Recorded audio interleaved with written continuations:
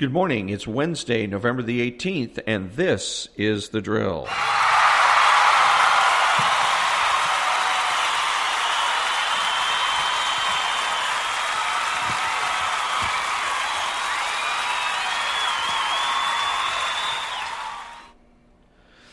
Thank you. The prayer of the day comes from me. Dear Lord, thank you that Donald Trump is still President of the United States, that Republicans have gained 8 seats in the House of Representatives, have a 50-48 advantage in the Senate, and won 27 governorships and 55 legislatures. Please smile on the fortunes of the 2 remaining Georgia Republican Senate candidates. Amen. Welcome to all the butchers, bakers, and candlestick makers out there. I'm Ron, your host and the only true conservative in the United States today. Who is the true conservative? First and foremost, he's realistic. Second, he's God-fearing. The true conservative is the man who follows his plan. He's appropriate. He is the person that has the courage of his convictions and is confident in what he knows. He is the person that subordinates politics to reality. He's not selfish but minds his own business. He acts like an adult. He's patriotic and uses common sense. He is judgmental and moralizes. He refuses to speculate, speaks clearly and definitively, and is not afraid to say no. He's open-minded, asking why rather than why not. He is consistent, credible, and influential, not ashamed of his existence, unafraid to learn or correct his mistakes. He's a normal American, and he's better than the socialist. He's a better friend, father, brother, family member, and a better person, period. You have to know that being a true conservative is best, or you're wasting your time. Additional examples of what it means to be a true conservative in terms of style can be heard by listening to John Cobelt and Ken Champeau on The John and Ken Show on KFI AM 640 Monday through Friday from 2 to 6 p.m. Pacific Time. My podcast is short, approximately 5 to 20 minutes long, because shorter podcasts are easier to download and listen to. The biggest socio-political influences in my life are my parents, my teachers, Hugh Hewitt, Glenn Beck, Rush Limbaugh, Sean Hannity, Dennis Prager, Buck Sexton, Joe Pags, The Enlightenment, Ayn Rand, and Dr. Mortimer Adler. My podcast is made available through Spreaker and can be heard on iTunes, Spotify, Google, YouTube, and now CastBox. I can be reached at thedrill12, thedrill12 at gmail.com. Today, where do we stand? The 5 Commandments, quote of the day, how to win conservative vocabulary, how to think about rape, conservative aphorisms, socialist aphorisms, and socialist vocabulary. All that when I come back.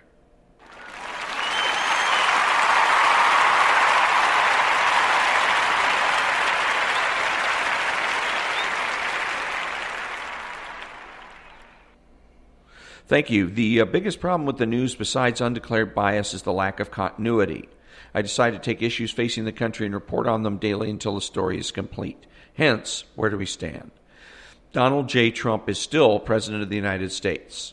We, Republicans, have a 6-3 majority on the Supreme Court. Republicans have gained at least 8 seats in the House of Representatives. The Senate is currently 50-48 in favor of the Republicans, with 2 races outstanding. Republicans have 27 governorships to the Democrats' 23. Republicans control 55 of 99 state legislative chambers. Since it is the state legislatures that create the districts, the Democrats are in big trouble. President Trump has filed lawsuits in several states alleging voter fraud, and Attorney General Barr has authorized an investigation into said voter fraud. Old Joe continues to pimp about, pretending to be somebody. 4 more states have lost their mind and legalized the recreational use of marijuana, and the state of California is about to go completely insane by creating a ballot measure to decriminalize magic mushrooms, heroin, and cocaine. This is what the left does. It creates a foundation and then builds on it. This is why you never concede, ever. No news on the monster that's been arraigned for shooting 2 Los Angeles sheriff's deputies. George Soros is still not dead yet. No law enforcement union has yet been certified, and no laws shielding officers from prosecution have yet been repealed. The most unpatriotic piece of legislation, the Patriot Act, is still the law of the land. New York Times v. Sullivan continues to encourage news people, supposed news people, to be super citizens who can use unnamed sources to slander and defame people at will without fear of consequences. It should be overturned. Where's the expose on the Washington Press Corps? Where's nonprofit news? The communist flu continues. Blue Cross and Kaiser Permanente continue to take our premiums while they use lockdowns to avoid paying claims. Governor Newsom has enacted a racist scheme to keep Californians locked down indefinitely. When I come back, conservative vocabulary.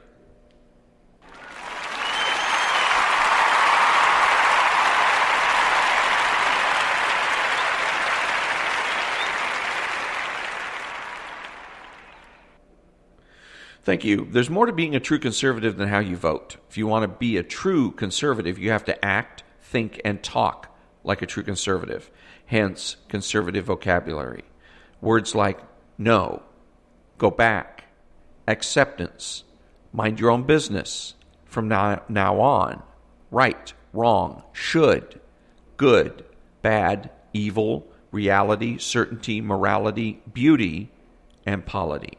These are terms that the left doesn't want to use because they are realistic. How to win? How can you win as a true conservative? Follow the conservative commandments. Number 1, thou shalt not answer stupid questions. Number 2, thou shalt not be pragmatic. Number 3, thou shalt not be idealistic. Number 4, thou shalt not subscribe to the cult of expertise or the cult of neutrality. Number 5, thou shalt mind thine own business. When some lefty gives you gas about supporting Donald Trump's efforts to unrig, for lack of a better term, the elections, just tell them, hey, we're following Hillary's advice. And Hillary's advice was, don't concede, never concede. The quote of the day, quote, reason is not automatic. Those who deny it cannot be conquered by it. Do not count on them. Walk away. Ayn Rand. It was also yesterday's quote of the day, and it's so important to understand that. Think about it and understand it. And it gives you a tremendous amount of insight into what's going on in our country today. As conservatives, we make the presumption for the status quo and change only when there's an obvious or prima facie case for change. However, many of the changes that our civilization has seen are not necessary, but gratuitous.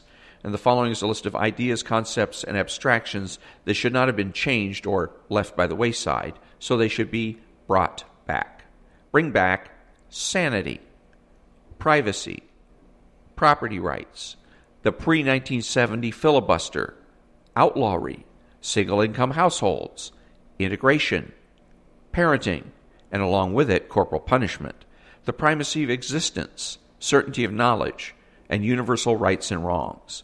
Bring back principled behavior, masculinity and femininity, Adam 12, John F. Kennedy, the gold standard, pre-HMO medical care, nonprofit news, civil service, the term stupid question, arguments and fights, the cultural influence of the church and the Boy Scouts. Bring back the Lions Club and the Rotary Club. Bring back bowling. Bring back linear thinking, and bring back smart.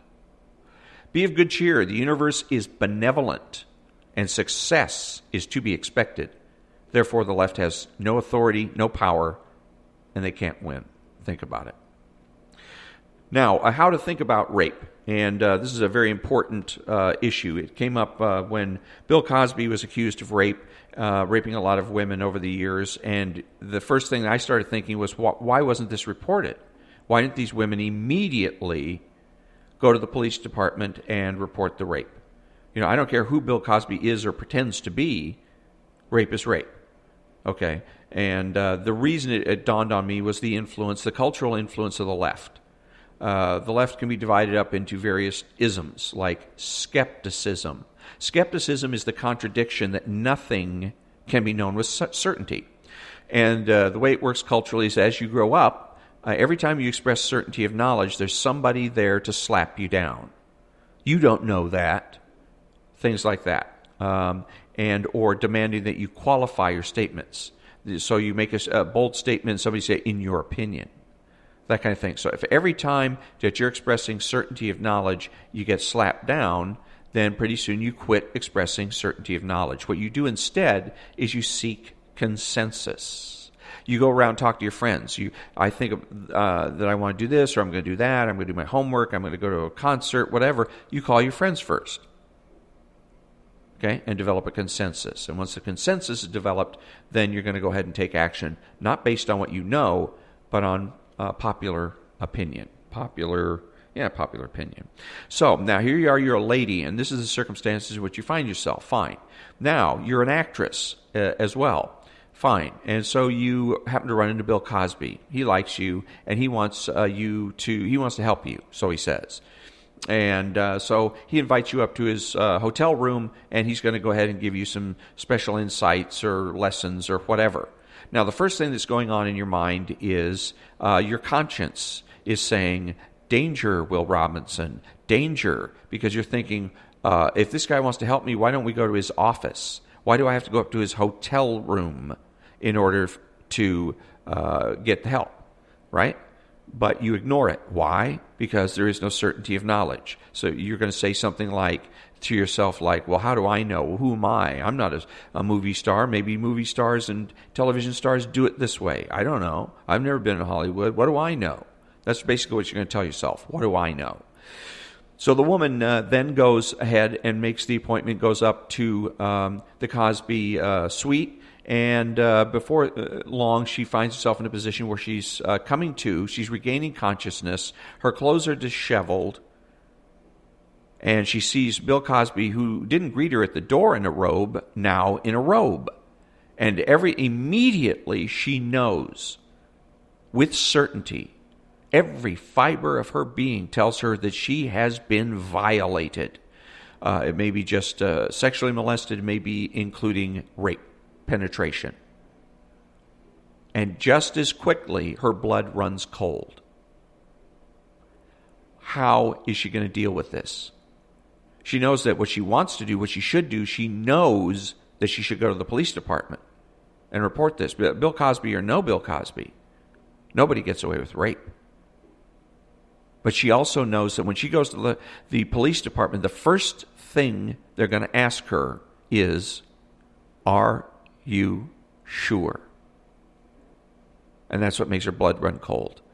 How does she express certainty? Because she can't go in there and say, I think I've been raped by Bill Cosby. That's not going to cut it. Nobody's going to conduct an investigation of Bill Cosby based on, I think he raped me. Not going to work. Okay, so as she's getting herself together and making her excuses and getting out of there, she's trying to figure out what do I do about this? And the only thing she knows to do is create the consensus. So she goes and talks to her friends. This is what happened. And her friends refuse to express certainty of knowledge as well. None of her friends will tell her, hey, you've been raped. Go to the hospital, go to the police department. Matter of fact, probably the best thing to do is go to the hospital, report the rape, and then the police will be dispatched. But none of her friends are going to do that because they're afraid to express certainty of knowledge as well. They're unaware. They don't know that the fact of the matter is that not only is there certainty of knowledge, there's nothing but certainty of knowledge. In any case, so she's groping for consensus. And then time goes by, and she talks to this person, talks to that person, checks this magazine article. She looks on YouTube, she looks on Twitter, she looks at the rape support groups and blah, blah, blah, to try to develop a consensus. Not to try to gain knowledge, because she already knows what happened. She got raped. Okay? So, she's now stuck. So, looking for consensus until a celebrity gets raped or abused. It goes on television, and then they create the Me Too movement, and now with this new movement, this woman that's been raped by Bill Cosby now has the consensus that she's been looking for to go ahead and make the accusation. So what ends up happening is that rape is not going to be is no longer a matter of fact, of reality. It becomes an issue of power. And the only way that women can come forward and make an accusation of rape against anybody is if they feel empowered. And that's wrong. Absolutely and completely wrong. So, but that's and then to develop the consensus and waiting maybe end up being weeks, months, years, or decades before that woman is able to come forward. And perhaps she's not even able to go to a psychologist or a psychiatrist. Same issue. You go to them and say, well, I was raped. How do you know? What do you say to that? That's why you must always, we true conservatives must always, or I should say you and I as true conservatives, must always defeat skepticism. I had a friend of mine that was a skeptic, and he and I had a long argument where we took it all the way to the end, and I won. And I've never heard a skeptical statement out of him since. You can win, you can defeat them, and remember, the first thing that you need to do, don't allow the left to dazzle you. Remember, not only is there certainty of knowledge, there's nothing but. We know that we know that we don't know, and we know that we're not sure. And in regards to mistakes, it works like this. We know what we know until we know differently. The skeptics like to say, well, we used to believe that the earth was flat. No, we didn't believe. We knew it. We knew by the evidence of our senses and the uses of our mind that the earth was flat until we knew differently. To pretend that we walk around not knowing is to assume a vacuum, an intellectual vacuum. Nature abhors a vacuum. I don't much like it either. Conservative aphorisms. Why? Who asked you? Who cares? Who's we? Are you sure? How do you know? No, you don't understand. No, you are not listening. No, you're not a leader or a change agent. Who died and left you in charge? Who told you that? You don't know? When are you going to figure it out? And my personal favorite, get off of my lawn. Social aphorisms, socialist aphorisms. Subvert the dominant paradigm, question authority, question everything, coexist. Up next, socialist vocabulary.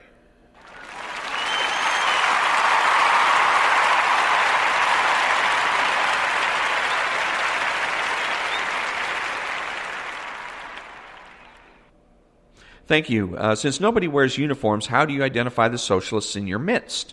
By their vocabulary, by the way they speak. Socialist vocabulary includes such words as stakeholders, Latinx, empower, going forward, mansplaining, politically correct, supportive, hegemony, organic, grassroots, code word, dog whistle, buy-in, pushback, stuck on stupid, walk it back, and the masses. The ICE tip line is 866-347-2423. The White House switchboard is 202-456-1111 for comments, or 202-456-1414 to get a hold of somebody in the White House. The Senate/House switchboard is 202-224-3121. Back in a minute.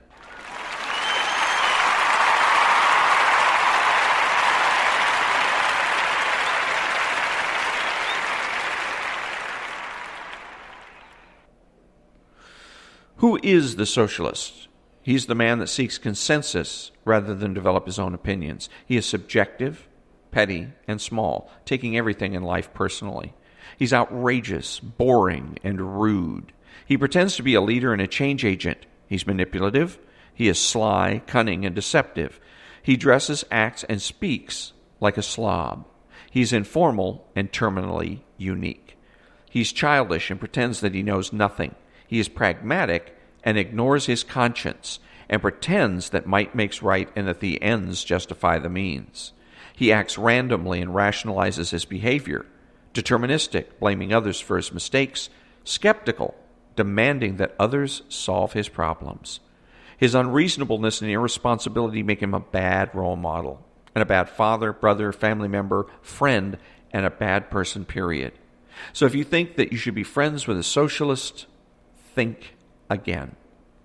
That concludes another episode of The Drill. Be honest, be smart, be beautiful, and always ask yourself, what is real? How do I know? And what should I do about it? I'm Ron, and that's The Drill.